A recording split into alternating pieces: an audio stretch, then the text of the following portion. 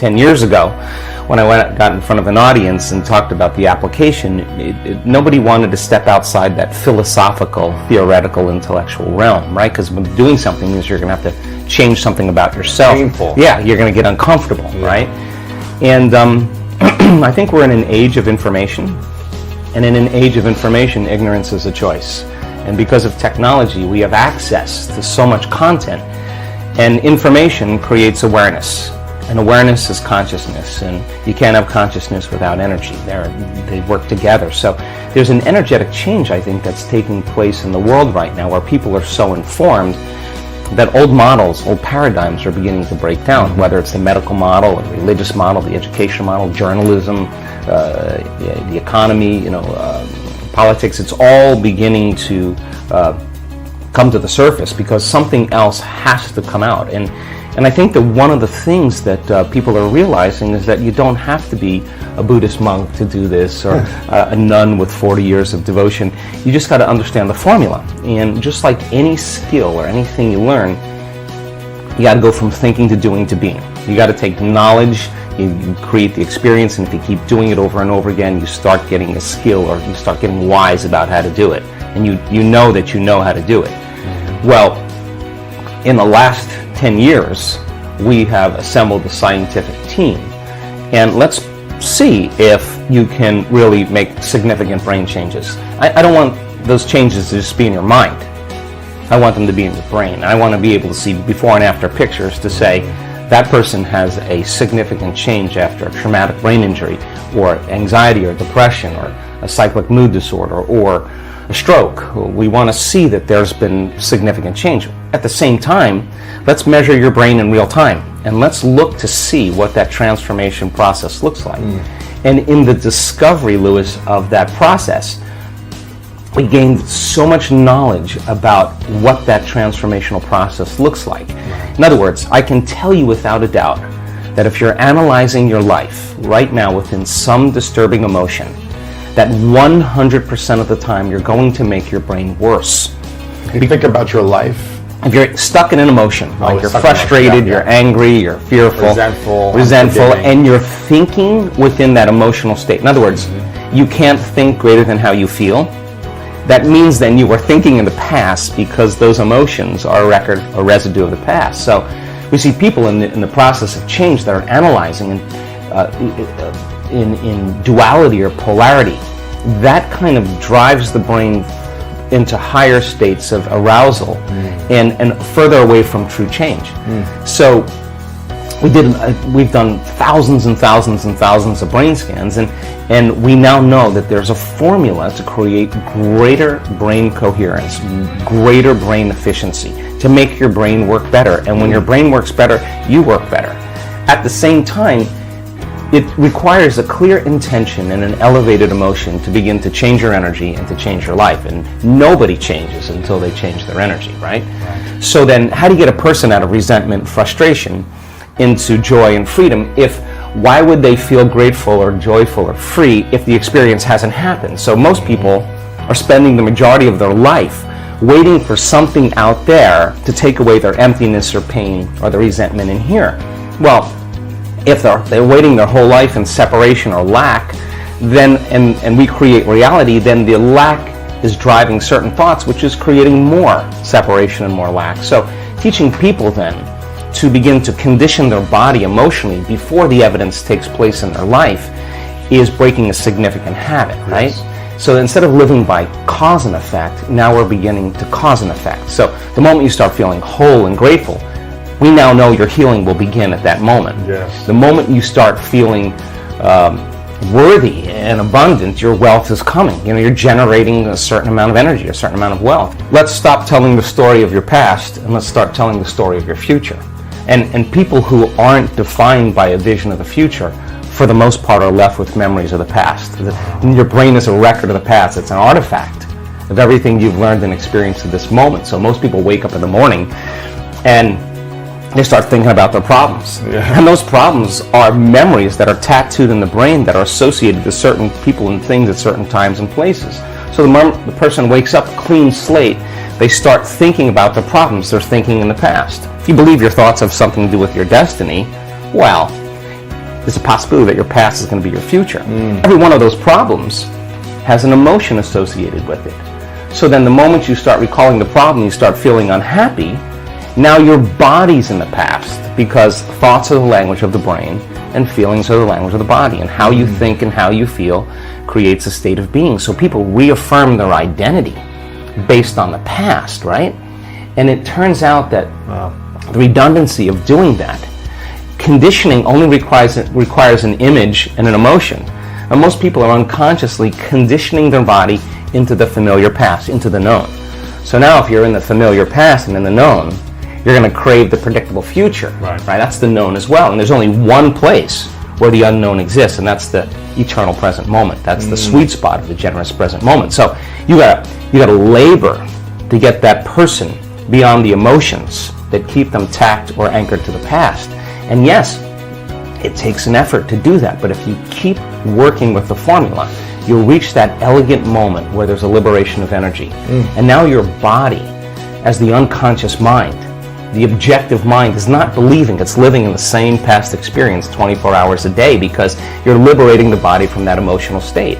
So you ask a person, why are you so unhappy? Why are you so frustrated? Why are you so resentful? The moment you ask that, their brain is going to associate that emotion to a past event. To a memory. To a memory. Yeah. That's because they have nothing to look forward to in their future. So if you're not being defined by a vision of the future, it just means to me that you're more in love with your past than you are with the future. So how do you teach people to believe in a future that they can't see or experience with their senses yet, but they've thought about enough times in their mind that their brain is literally changed to look like the event has already occurred? The latest research in neuroscience says that's absolutely possible.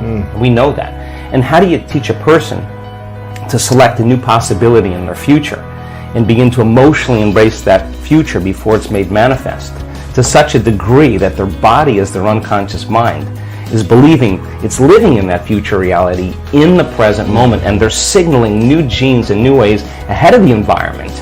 Now, till their body begins to change to look like the event has already occurred. We've proven that that's possible. So your body is believing it's living in that future reality in the present moment. Now think about this. The stronger the emotion you feel from some condition in your life, the more altered you feel inside of you, the more you narrow your focus on the cause, and the brain freezes an image and takes a snapshot. And that memory now is embossed in the brain. It's branded in there.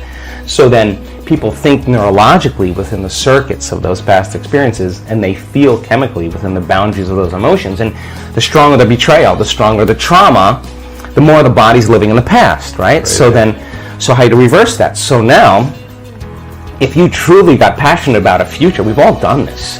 You get a wild idea in your mind and you start holding on to that vision and you're preoccupied with it. All of a sudden, the thought in your mind becomes the experience, and you start feeling the energy of the future. Now, the stronger the emotion you feel from that vision, the more you're going to pay attention to the picture in your mind, and now you're remembering your future. So it requires a coherent brain.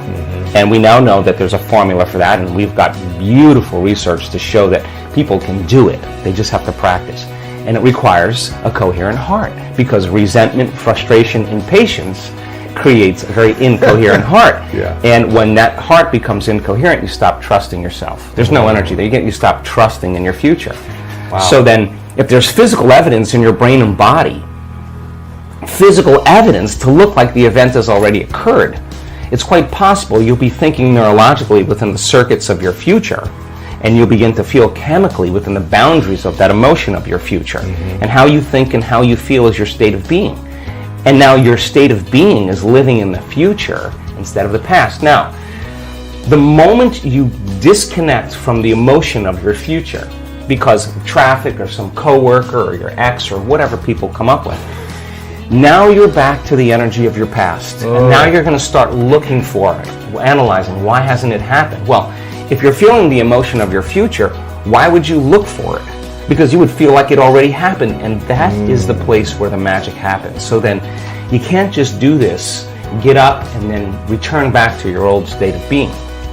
You got to maintain that modified state of mind and body. I mean, we all take blows in our lives, and we all react emotionally. But the question is, how long are you going to react? Right. So then, if you can't mediate and regulate your emotional reactions, and those emotions linger for days, that's Years for some people. mood, and then months, temperament, years, personality trait. So then the person's personality is literally based on the past. But they don't Crazy. know that because they're doing it over and over again, and it becomes a subconscious program. So now, if it requires a coherent brain and a coherent heart, then we have to train people how to self-regulate. So we've done thousands and thousands of measurements. We've partnered with the Heart Math Institute to teach people how to create and sustain heart coherence. How do we do it? Well, it just requires getting still, closing your eyes, putting your attention on your heart, changing your breath so that you move into the present moment. And when you slow your breathing down, you slow your brainwaves down. When you slow your brainwaves down, now you're accessing your autonomic nervous system. So then you train a person how to open their heart and feel an elevated emotion. And it takes a little practice. And just like a flower that takes time to bloom, it takes a little bit of time. But if you work in trading the resentment, the frustration, or the impatience for gratitude, appreciation, and thankfulness, and you keep at it, there'll come a moment where that system switches on, and now you're feeling grateful for no reason at all. Now, that's not a bad thing, because gratitude, the emotional signature of gratitude, means something's happening to you, something has happened to you, you're receiving something, or you just received something. So your body then, when you're feeling gratitude, is in the perfect state of receiving. So then that means then you'll accept, believe, and surrender to the thoughts equal to the emotional state of gratitude. I hope you loved this amazing speech by Dr. Joe Dispenza. We are continuing with our daily practice of completing the inspiring quotes. In the previous video, we were looking for two words of Joe Dispenza's quote. The quote goes like this: turn your brain from a record of the past into a map of, and the correct answer is the future. So, turn your brain from a record of the past into a map of the future. Congratulations to everyone with the correct answer, and to everyone who tried but didn't guess the answer. Since I know you love Joe Dispenza, today's quote is also from Joe Dispenza. We are looking for two words. So the quote goes like this: the moment you decide to no longer think the same way, act the same way, or live by the same emotions, it's going to... Write your answers in the comments below the video and tell me if you love this video and our new way of ending the videos. If you like this video, give your thumbs up and share it with your friends. Even if you're not sure what the correct answer is, try and guess. The first one with the correct answer is the winner. So don't forget to subscribe and hit that bell button, and don't miss any of new videos and new challenges. If you found this video helpful, share it with your friends and comment it. Help me make it more popular. If you really like what we do here and want to support us, you can join our channel and our community for a symbolic fee and gain many other additional features. You can do that by clicking the join button next to the subscribe button, or you can click on the link in the description of this video. Stay good and have a great day!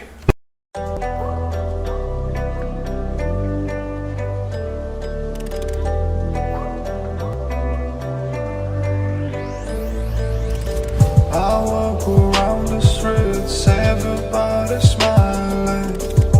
Sun shining bright, so better to be hiding. But you're surrounded, don't forget about it. Long days, loud nights, it's summer. I walk around the streets, everybody smiling. Sun shining bright, so better to be hiding. But you're surrounded, don't forget about it. Long days, loud nights, it's summer.